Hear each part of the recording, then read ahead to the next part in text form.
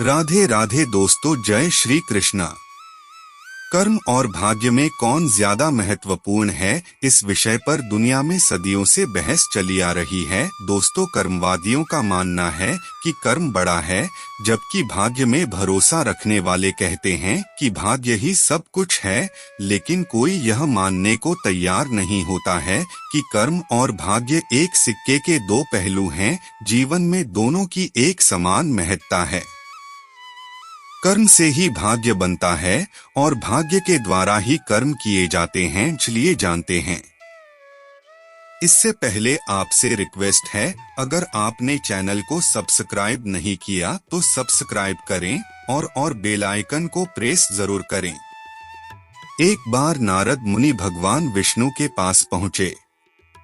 हमेशा की तरह उन्होंने शिकायत करते हुए भगवान से कहा कि आपकी बनाई इस धरती पर आप ही का प्रभाव कम हो रहा है।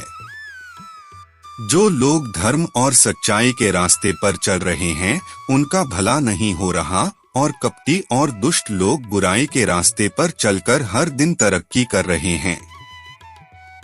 विष्णु भगवान मुस्कुराए और बोले कि जो हो रहा है वह सब नियति है। नारद जी फिर भी नहीं माने और बहस करने लग गए कि मैं पृथ्वी पर सारा मंजर देखकर आया हूँ।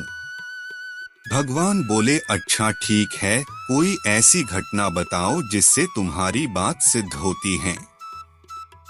नारद मुनि ने फौरन जवाब दिया, अभी मैं जंगल से आ रहा हूँ। वहाँ एक गाय दलदल में फंस गई थी, लेकिन उसे बचाने वाला कोई भी ना था। तभी एक चोर वहां से गुजरा और गाय को फंसा देखकर उसको सहारा बनाकर दलदल पार कर निकल गया। आगे जाकर उस चोर को सोने के सिक्कों से भरा एक थैला मिल गया, जबकि गाय को बचाने वाले साधु ने वृद्ध होकर भी अपनी जान पर खेलकर उसे बचाया, लेकिन आगे जाकर वह एक कुएं में गिर गया। अब बताइए, यह कौन सा न्याय है? भगवान विष्णु ने नारद जी की पूरी बात सुनने के बाद उन्हें बताया कि हे ऋषि नारद, यह सब ठीक हुआ। नारद ने कहा, कैसे भगवन? तो विष्णु जी बोले, क्योंकि चोर की किस्मत पहले ही लिखी जा चुकी थी और उसकी किस्मत में सोने के सिक्के भरा एक थैला नहीं बल्कि पूरा महल था। लेकिन उसने गाय के साथ जो किया उसके कारण उसके कर्म बिगड़ गए और उसे सिर्फ एक थैला ही मिला। वहीं साधु की किस्मत में मृत्यु थी, लेकिन उसने गाय को बचाकर पुण्य का कार्य किया और वह मृत्यु एक छोटी सी चोट में बदल गई। नारद मुनि भगवान की इस बात को सुनकर संतुष्ट हो गए थे। उन्हें समझ आ गया था कि हमारा कर्म यदि अच्छा है तो वह भाग्य भी बदल सकता है, यानी कर्म ही भाग्य को बनाता है।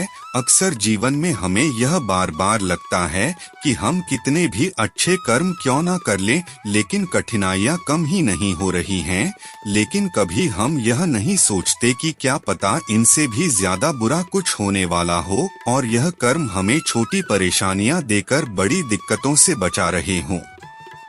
याद रखिए, यदि आप अच्छा बोएंगे तभी अच्छा काटेंगे। जीवन में कभी भी किसी के प्रति बुरा भाव मत रखिए, क्योंकि यह आपके भाग्य को चौपट कर देगा।